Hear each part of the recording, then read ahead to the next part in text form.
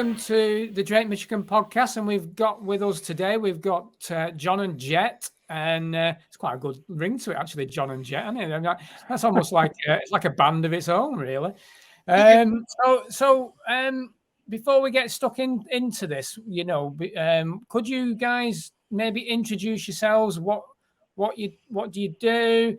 Where you're from? A little bit about yourselves, and then we can start talking about what we're really having a chat about today, and that's the Men's Gathering Festival that you guys are holding. Thank you, Ant. Thank you, Ant and Kev. And my name's Jet. I'm one of the organisers of the Men's Gather with John. Originally from Manchester. I've been up in Cumbria for about 10, 12 years now. Enjoying life in Cumbria. It's absolutely an amazing place to live. Why would anybody not want to live in Cumbria? Beautiful, yeah. Yeah, various jobs, but I think one of the most profound jobs that I've done in my life is I spent many years being a shepherdess, and fell into that, and have done various other bits and bobs along the way, and kind of through meeting John and Damien, who isn't with us today, we fell into the Men's Gather, and here we are talking. So what brought you to Cumbria then, Jet? How did that happen? I was working in farming, and my boss was retiring actually, and so I decided to.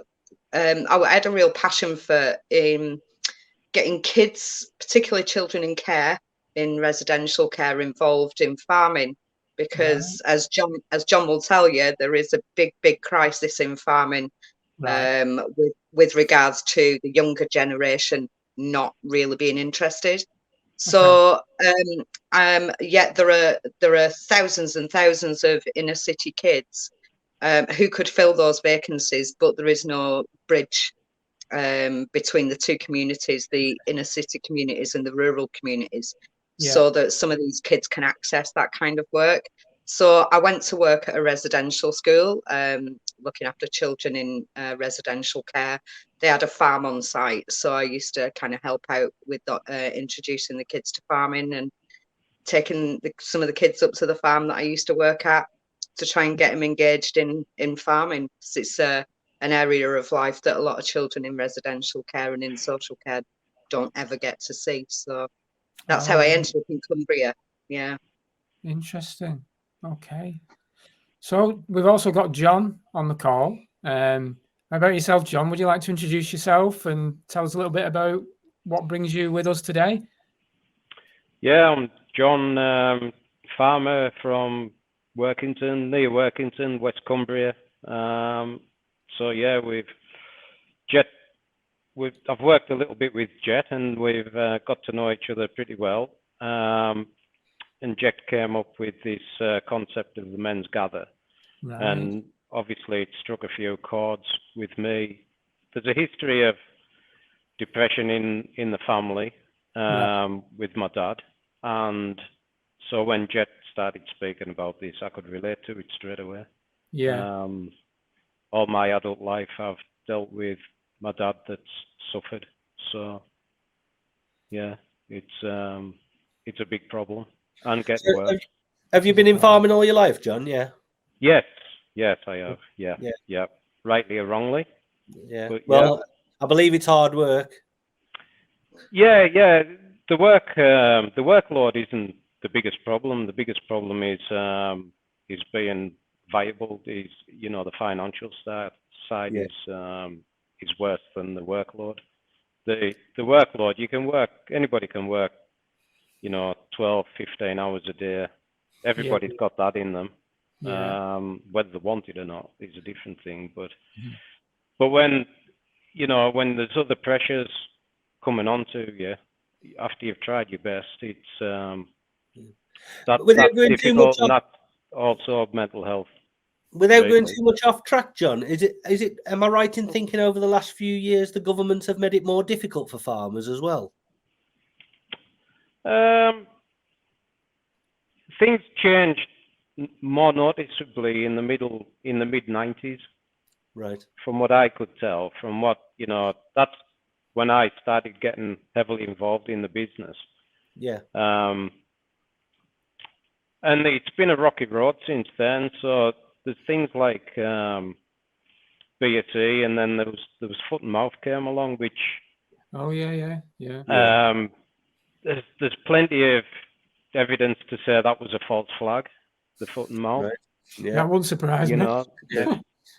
So yeah, like I wasn't up to speed with all that at the time, but no, for definite, there's stories coming out that would suggest that. So now you've got the imminent bird flu now, John, haven't you? Got the imminent bird flu is now coming back. Yeah, that's right. Yeah, it's we're just tripping over dead birds all the time. You know, they just drop out the sky, and you know, it's a massive problem. All these dead birds. You know, you're all coughing and spluttering. Every one of your listeners will be tripping over dead birds, I'm sure. But to be honest, if I can just interject there with regards to the bird flu, I live a couple of miles from the beach, just further up the Cumbrian coast. Yeah. Last year, when the bird flu was here, I did ring DEFRA about the 20 dead birds that I saw within 100 feet of each other on the beach, but I rang them 4 times, and they made it quite clear that they weren't interested in picking up the carcasses, even though I did say to them that people's pets were now eating them. They didn't seem very concerned about it. So that's an interesting development from DEFRA and bird flu. Yeah. Well, so they weren't interested in those birds. It was other birds that they were interested in. Yeah, must have been a particular bird, John. Move along, nothing to say. People may buy eggs from, maybe. I don't know. I mean, I don't know. Yeah. It's a bit of a conspiracy theory. Oh, absolutely. No control of my hens have never had a day inside for the last 12 months, and there's only 6, but there's 6 12 months ago, and there's still 6. So yeah, they've lived throughout this dangerous period, a bit like we have with COVID, really, and unvaccinated, and I don't know how we've survived. Well, isn't it true that they want to start injecting MHRA? I mean, we're going on all the livestock and everything else. Like you can. Well, yeah. But no, going back to the original question, government policies are making it hard for farmers to produce food. They put a lot of restrictions on farmers. But if I wanted to sign up on a woodland scheme and get a lot of grants and grow saplings and that kind of thing, I could do that very, very easily. So the easiest money for me right now would be to join a scheme to plant the whole farm in trees that none of us are going to get any benefit from. You know, you're talking about 40, 50 years. Well, they don't actually want farmers to plant a commercial crop of trees. They want hardwoods. So you're talking like 60, 80 years before they're any use to anybody. And then what actually use are they? Whereas not fruit trees and to feed people, and that wouldn't be any good. No. They come in on a boat. Yeah, exactly. Yeah, we have to ship those in. Yeah, exactly. Like I have, nobody should have to buy an apple in Britain, should they? No, it's outrageous. It's absolutely outrageous. Yeah. I wouldn't get any grants to plant my farm with apple trees that would supply Cumbria with apples. But yeah, I can grow oaks. Yeah, that's useful. But then, and is also as well, John, speaking of sort of government legislation, they've been trying to introduce ways of farmers retiring early, buying the farmland. Is that something that's been going on as well? Yeah, I've received paperwork to say, you can retire out of farming and take like a block payment of historical subsidies and stuff like that. Yeah. So there's loads of incentive for farmers to do nothing. Wow. Yeah.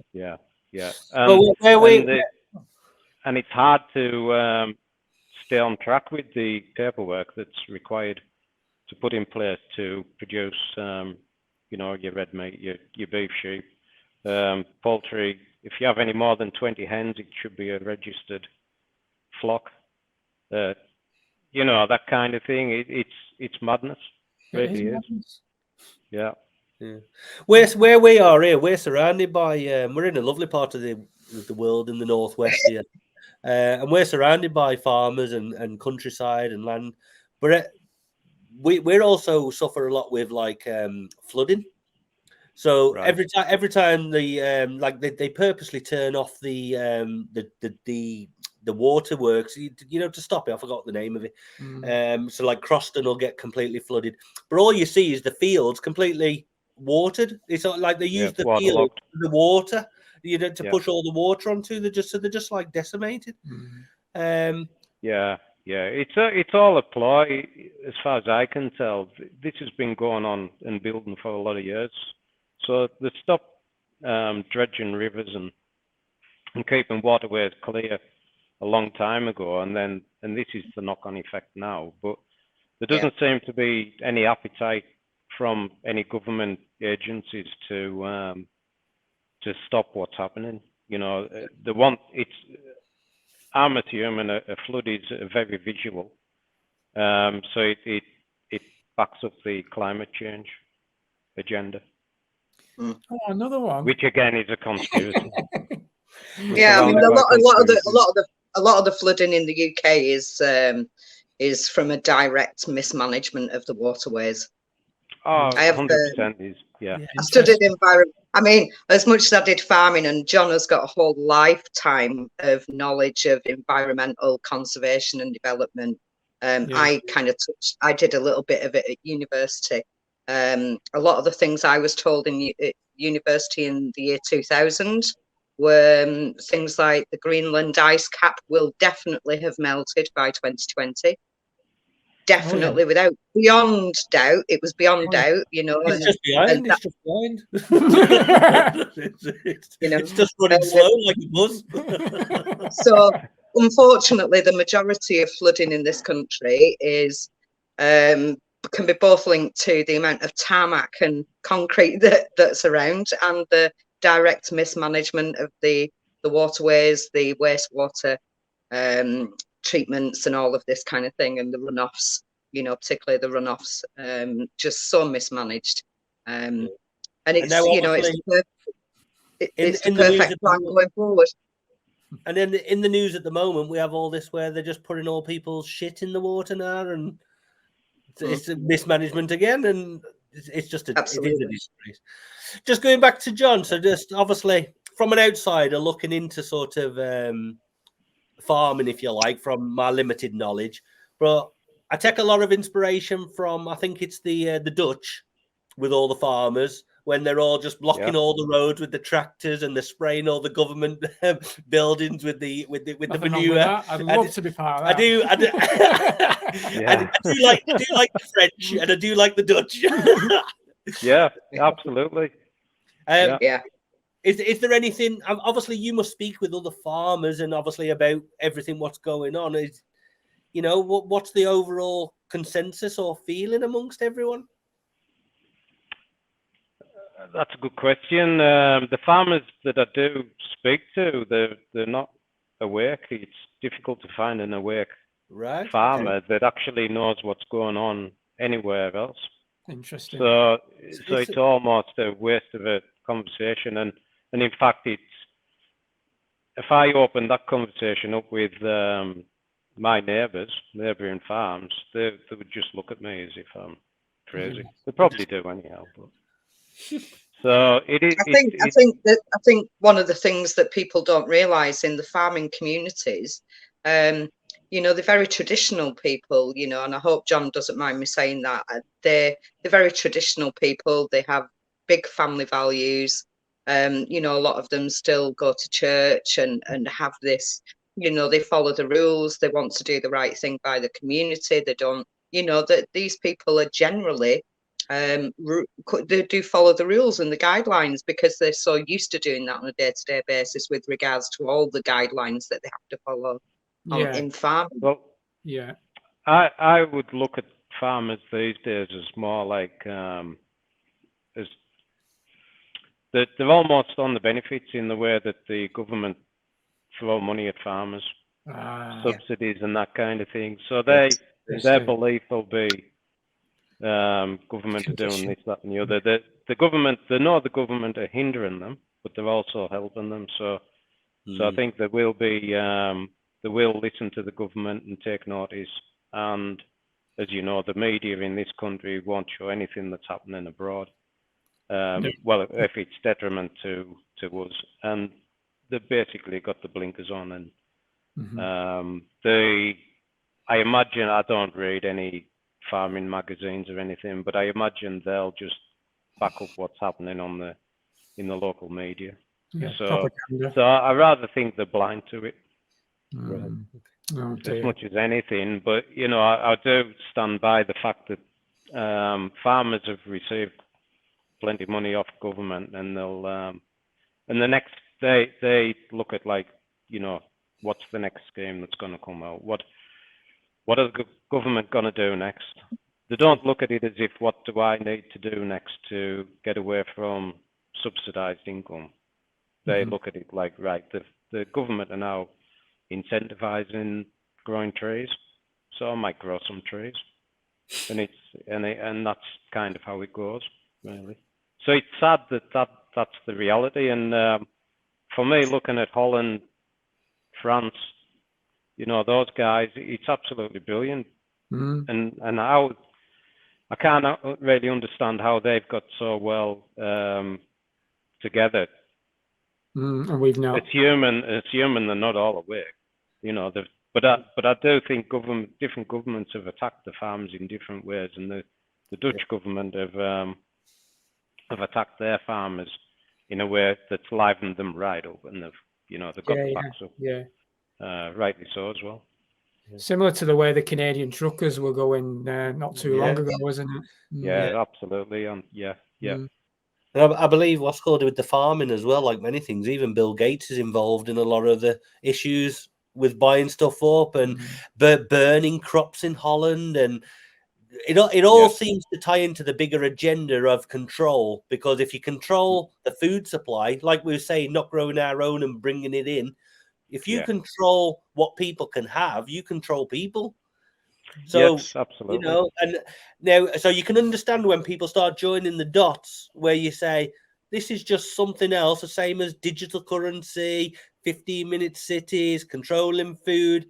Is this all part of something bigger where they're trying to put us all like sheep into a narrow pen and just gently pushing us along until we get exactly where they want us? I'm just maybe, you know, I don't know about you, but if this 15-minute cities really rolls in where I am, I'm moving to John's farm. We're all moving to John's farm. Why not? We'll meet you there. I'm not meeting the gulags in Chorley, forget that. But anyway, so let's push forward, because you're obviously on the cusp of creating something really magical. You're very personal. You've got your heart on mental health issues, and you're looking to create and help. Is it predominantly men's mental health, John? Well, this men's gather, which Jet had came up with, and but highlighted the problem within men. That's what it's about. Women have looked at the flyers and wanted the same kind of thing, really. Interestingly, we've discussed that, but we've got to make one thing work before we can move on forward from that. This is about men's gather, the men's mental health. I know, Jet, you'll probably know more, because obviously there is a thing in this country, especially, but probably all around the world, the level of suicide in men who suffer with mental health is absolutely massive. So what was what's brought you to, you know, this to be the forefront of your concern? I think there were a few motivating factors, I think, for me. Having worked in farming, coming from Manchester particularly, ending up in farming, coming from Manchester is a really difficult thing. And I was so incredibly lucky to end up in farming, that I, quickly kind of realized I was working in a male dominated environment pretty much. And kind of could see, coming from a town, people who come from towns tend not to see how life is for the average farmer. So, I kind of got a sneak peek into their life and their environment and their relationship with the land that they work and the farm and all of that kind of stuff. But yeah, I've spent quite a portion of my life working in male dominated environments. I was always one of the lads, so I had loads of guy mates and stuff, girlfriends as well, but predominantly most of them were guys. So I've kind of always been on a real level with guys, kind of, the one that my friends would come to and ask, about they're having problems with a girlfriend. So I've always had a really great relationship with guys and a sneak peek into their realm, if you like.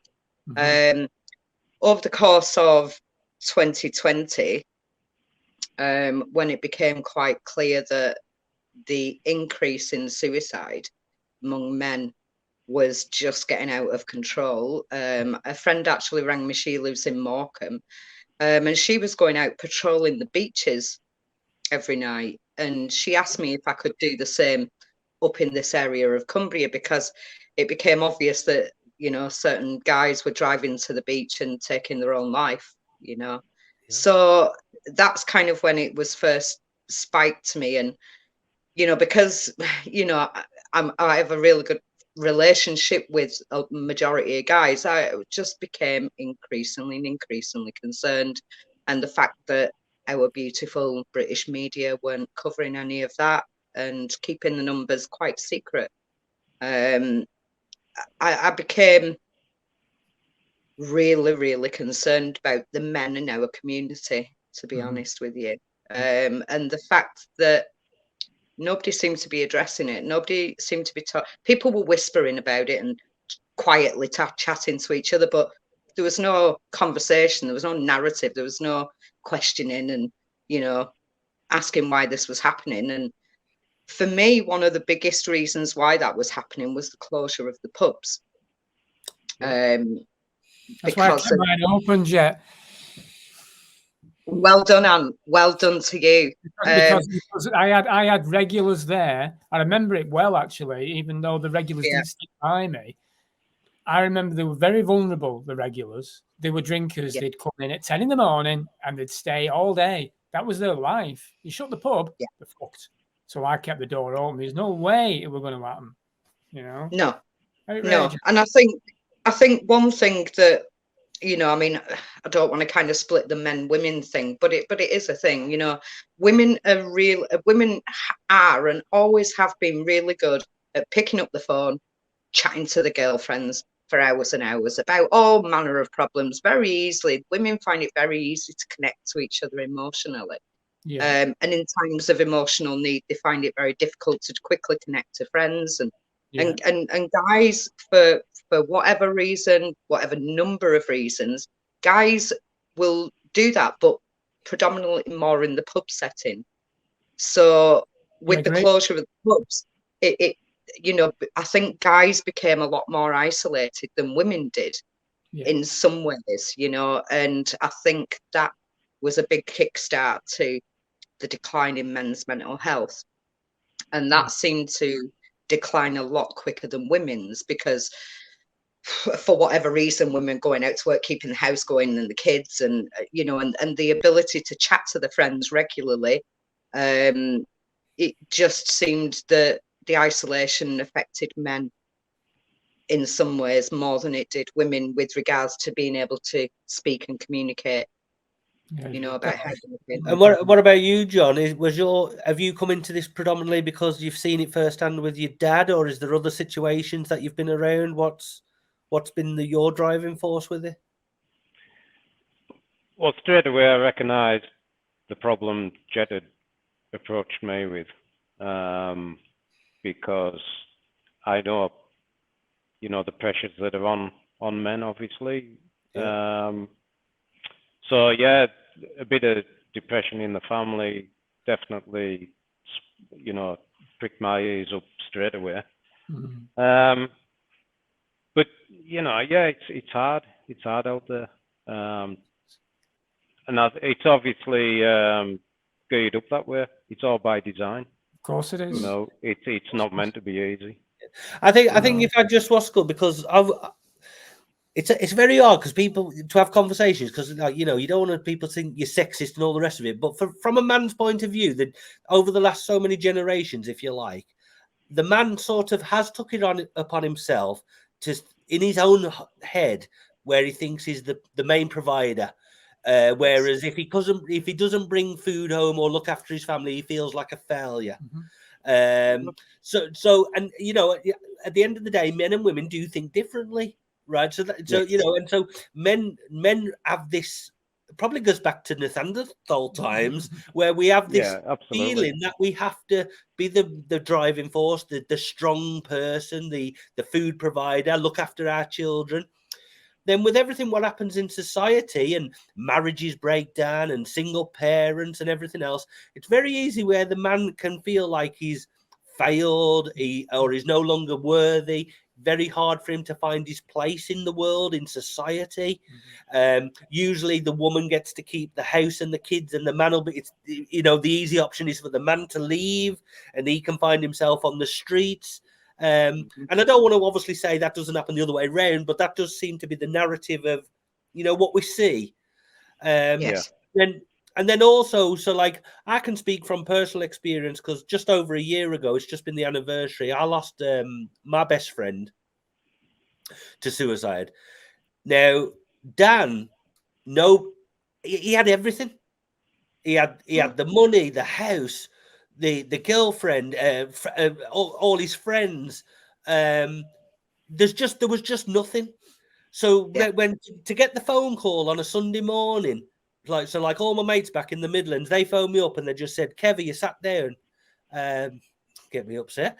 And he said, "We've got something to tell you." And they said, "Dan's killed himself." And we just couldn't. Why? And then the thing is, we're so close to his parents, and now I've seen what it's done to his mom and his dad, and he's got a 16-year-old son, and obviously we want him back, and the pain of not having him back, and then there's so many unanswered questions, because why? But obviously in his head, we don't know, do we? Why was that the only way out? Exactly. That's the question, isn't it? Why? Because then why did he find himself in that position, and he couldn't, with all his friends around him and family, and like you say, he's obviously had everything, seemingly everything that he could ever want, and yet in his head he's had nothing, has he? And this is what, because then obviously we feel like we've been like, could we have been better friends? His parents are left asking all these questions. Have they done so? And they're the best parents you could ever meet. They were absolute. When we were growing up as kids, Dan was like the lad who we wanted to be. He had the looks, he had the family, he had the money, and he had the drive. He had everything. Yeah. So but society pushes people to want more and more, and they never. If you're ambitious and that you want assets and possessions, you're never done. No, that's true. You're never done. And with all that comes a financial burden. Yeah. So that Dan might have had financial burdens and never fulfilling his own goals, and he's just crumbled. And I think this is the big thing, what's so important, because you never know what's going on in somebody else's mind. No. But if we could just break them barriers where men could speak like women, and even having conversations like we're having here, and sort of raising the look, this is an ongoing thing, and we're all here to help each other through it. There's a certain conditioning where men's concerned. When you're brought up, you're like, you need to be a man, and what is a man? And you're not really, grow up is one thing that you get when you're a kid, and you stop crying. You know what I mean? You're not really meant to show too much emotions. You're the man of the house now, and you've got to, you know, and I went through a situation when I lost the pub last year, and Kev will know this. I went through probably 6 months of self-healing on my own. I'm not on my own. I've got my partner and my kids and stuff, but I went through that period of self-worth, if you like. I had none. Yeah. Shame. I was ashamed. Yeah, I was told because I was no longer providing. Yeah. So I had shame and guilt, and I dealt with that, and I had to find a way of letting that go, which I did on my own. But what you're doing here is you're bringing together something amazing where people, men, who maybe will see your flyer and go, you know what, I'm not feeling too fucking good at the moment. And there'll be other people there I can talk to. And it's just another release, isn't it? Because we all need to lose some of the baggage sometimes that we're carrying. Yeah, absolutely. Yeah. And I think, but I think it's still hard for a man's man to admit that he needs to talk about it. I agree. I agree. Although I know, you know, we are this last 10 years. I think we are coming on leaps and bounds with it, but we're still a long way away. Yeah, like if I mention what we're doing to local businesses, bosses, that kind of thing, everybody's interested, everybody's on board. So it's out there, and it is building momentum. Good. That's good to hear. Yeah, no, it's fantastic. But it's a long way to go. It's you know. But you got to start somewhere, haven't you? Yes, it is, and it's approaching it in a slightly different way as well. We hope. So it's not a case of, you know, when you're a guy and you're struggling with your thoughts and the way you feel and stuff, you know, the usual pathways to go to the doctors, and you end up on tablets, and you end up feeling much worse than you probably did before. You know, for some people, the tablets work really well, and then you have to wait maybe 6 to 12 months to get into any counselling. So with the Men's Gather, we wanted, because of the close down of the pubs, and that being the predominant area where men's social activities take place. And it is quite a toxic environment to some degree. It promotes this toxic masculinity that women like to talk about quite a lot. You know, so, but, and it kind of promotes that kind of lifestyle. So I think what we wanted to do is to provide somewhere for guys to go, where they can access things like, we've got some great workshops going on.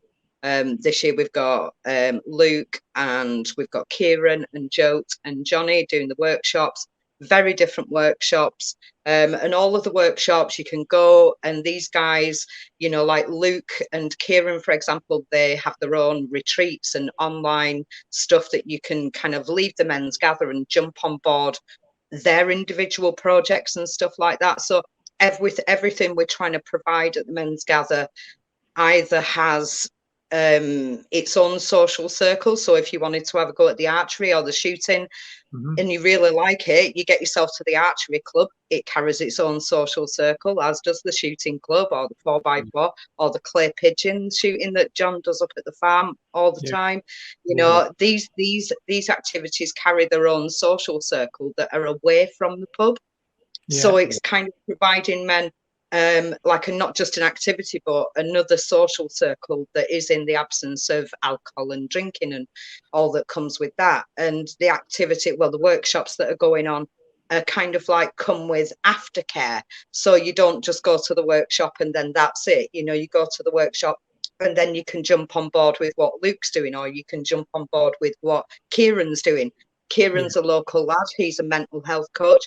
He runs his own retreats. So after the Men's Gather, you can get on board with Kieran and go to some of his stuff. So what we wanted to do is to provide, we noticed that there are lots of little things going on in Cumbria with regards to men's mental health, but there was nothing pulling it all together. So what we wanted to do is provide a platform where all of these organisations, like the local, you know, Andy's Man's Club and the Mind Your Maras, which is another local men's group, to put them all on in one place, so that people know that this is going on within their community. The guys know that it's going on in their community, and they can access this stuff really quickly.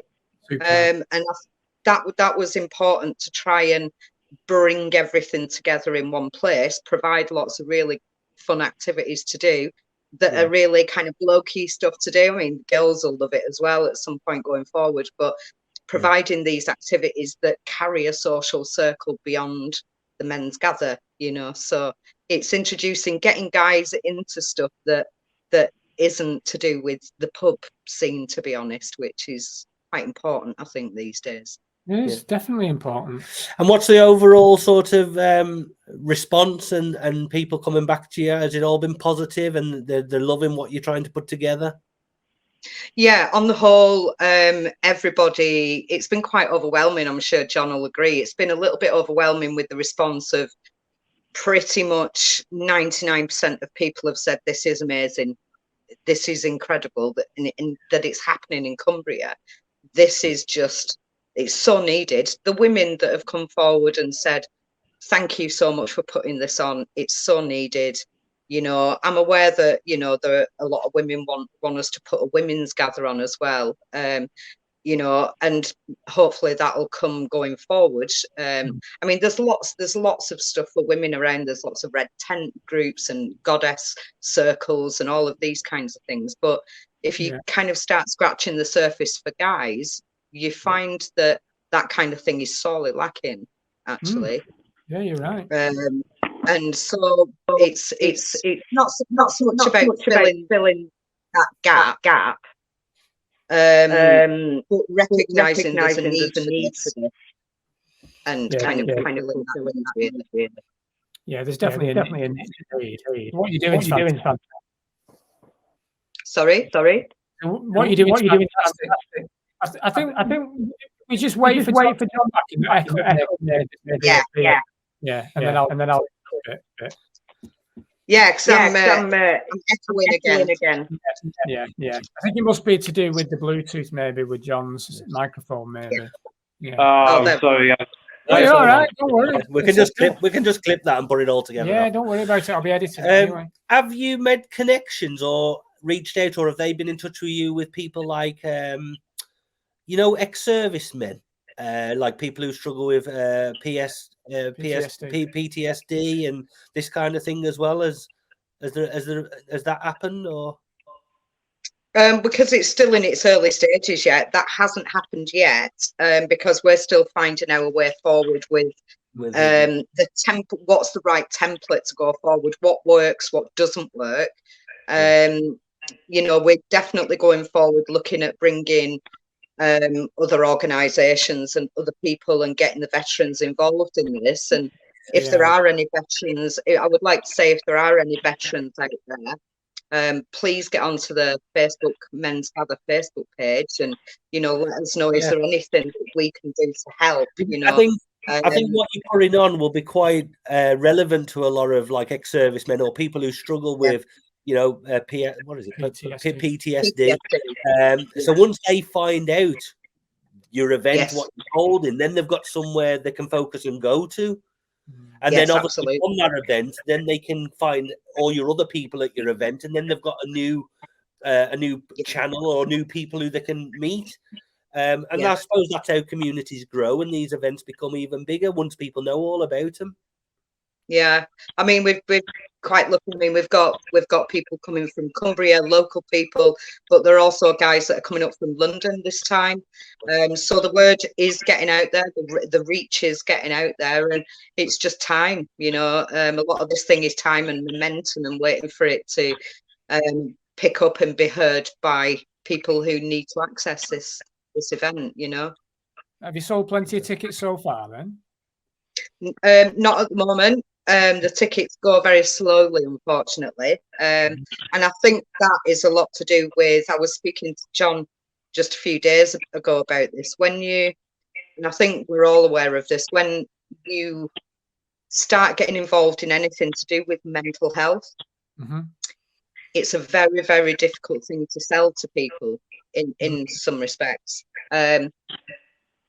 I think the two words mental health has got its own stigma, be it positive or negative, but it carries its own stigma. It's been bandied around so much in the past 3 years from various minority groups, shall we say, that it has diluted what poor mental health actually is for some people.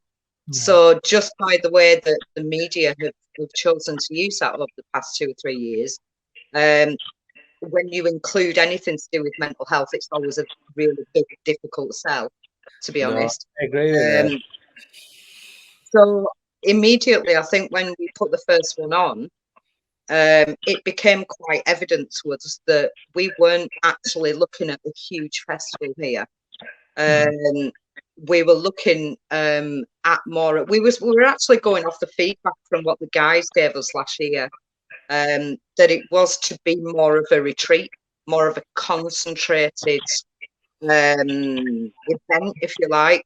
Because if we were to have 500 people there, you know, it would probably dilute the effectiveness of what we're trying to bring to. It's not the same thing, is it? No. Yeah. So can you just give us an itinerary of the schedule of the event itself? Is it a one day event, 2-day event? Is it? No, it's a weekend event. So it starts around Friday lunchtime. People will arrive through the afternoon. The opening ceremony will probably be around 5 o'clock at tea time-ish, and that's a beautiful opening ceremony with the guys. I can never say this word.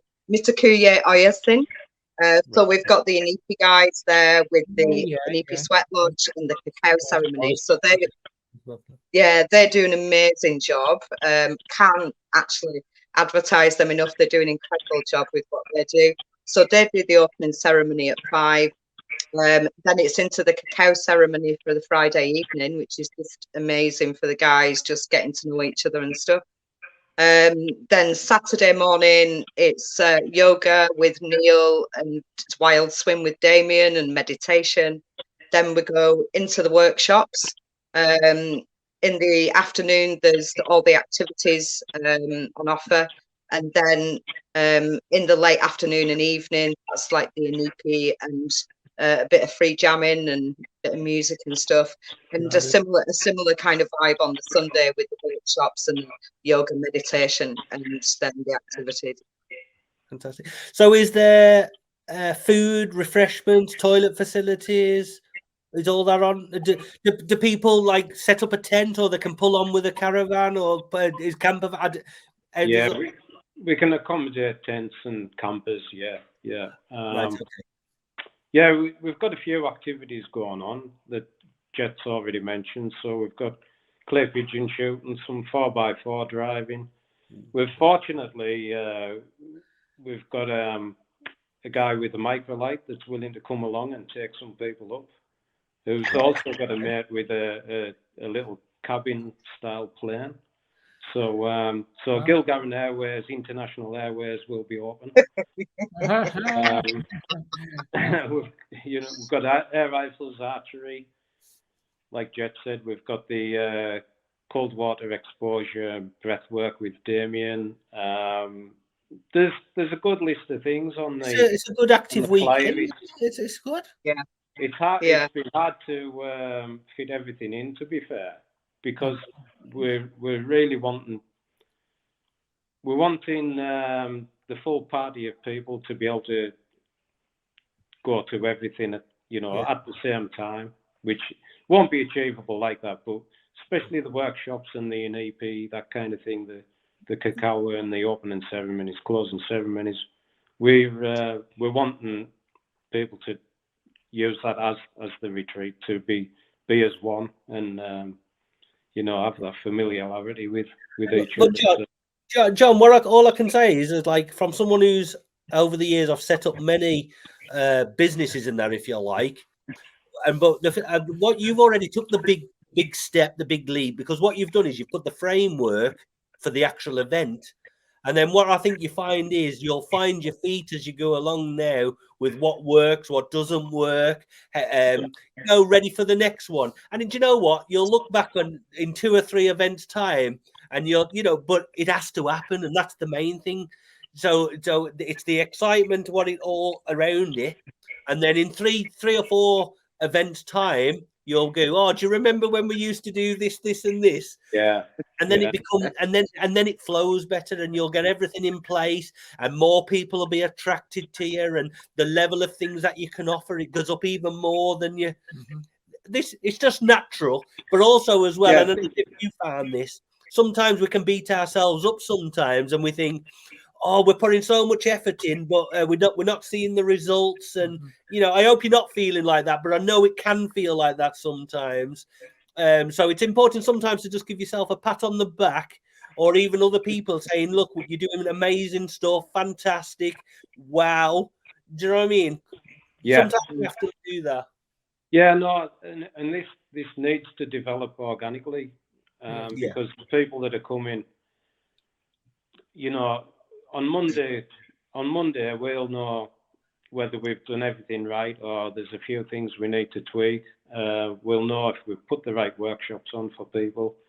I just spoke to Jet a couple of days ago about nutrition, and it just occurred to me this last week or so that we're not actually addressing anything nutrition-wise, and I think that can have a part to play in people's mental health as well. It's a huge issue regarding mental health. I mean, one of the things I addressed last year was my diet. I started fasting. I'd never fasted before. I started because I think we're so in a society that's so busy. You're almost too busy to actually look at your diet and eat proper food and cook properly, because you come home from work or whatever you're doing, and it's like the kids want food like instantly, and everyone's hungry, and you're buying shit from McDonald's and poisoning us all, and it does it as a massive issue. So I mean, as Kevin knows, we've recently moved and we've got a garden, and I'm now attempting to grow veg. I'd never done that before in my life. Yeah, you know, well done. Well, I'm trying. Awesome. I don't know if it's going to work, but I'm giving it a go because I want to be able sure to it will. Something will happen. I might be coming and getting some tips like at some point, but I think just going back to that as well, it is important. Well, don't put your chips in seed oil. Yeah, seed oil, exactly. Yeah. High in omega 6s apparently, which are bad for us. Yeah. Well, seed oil's terrible for you, isn't it? A lot of people who we've had around over the last few months and speaking with other people, apparently the gut is where it all can start. Even your mental health, the food in the gut goes to the heart, to the head, and it's all linked. And you know, these people, you know, the evil amongst us, if you like, they know all this, so they fill your stomach with crap, you know, and then the signals from your gut to your heart to your head, and it's all connected. So, and the nutrition side and healthy eating, and I'm not a good advert for that, by the way, but what's it called? It is important. But it's a journey to learn. Well, it is. Yeah. I think in many ways we've been sold a very toxic lifestyle for many years, you know, with regards to how we behave, the alcohol culture, you know, the poor diet culture, the fast food industry, the food processing industry as a whole, and food manufacturers. How the government are not taking food manufacturers to task. You know, it just on a little thing of, you know, the consumer gets berated for using plastic bags, yet all our food comes in plastic containers. But that's the fault of the consumer and not the food manufacturers. So I think in a lot of ways we've been led down the path of a very toxic lifestyle, both with regards to food, lifestyle, mental health, and you know, I think the men's gather is just a very kind of small thing at the moment, which we're kind of happy for it to start small, because you need to I think when something grows exponentially very quickly, it can be very out of control really quickly, and then you kind of lose sight of what was, you know, the initial start off point. So, you know, at the men's gather, we're looking for it to grow in a really organic way, and like John was saying, to bring things on board as and when they manifest, and naturally when the universe presents them. And hopefully going forward we can get some guys down who can speak about nutrition, eating healthily, eating the right kind of foods, So yeah.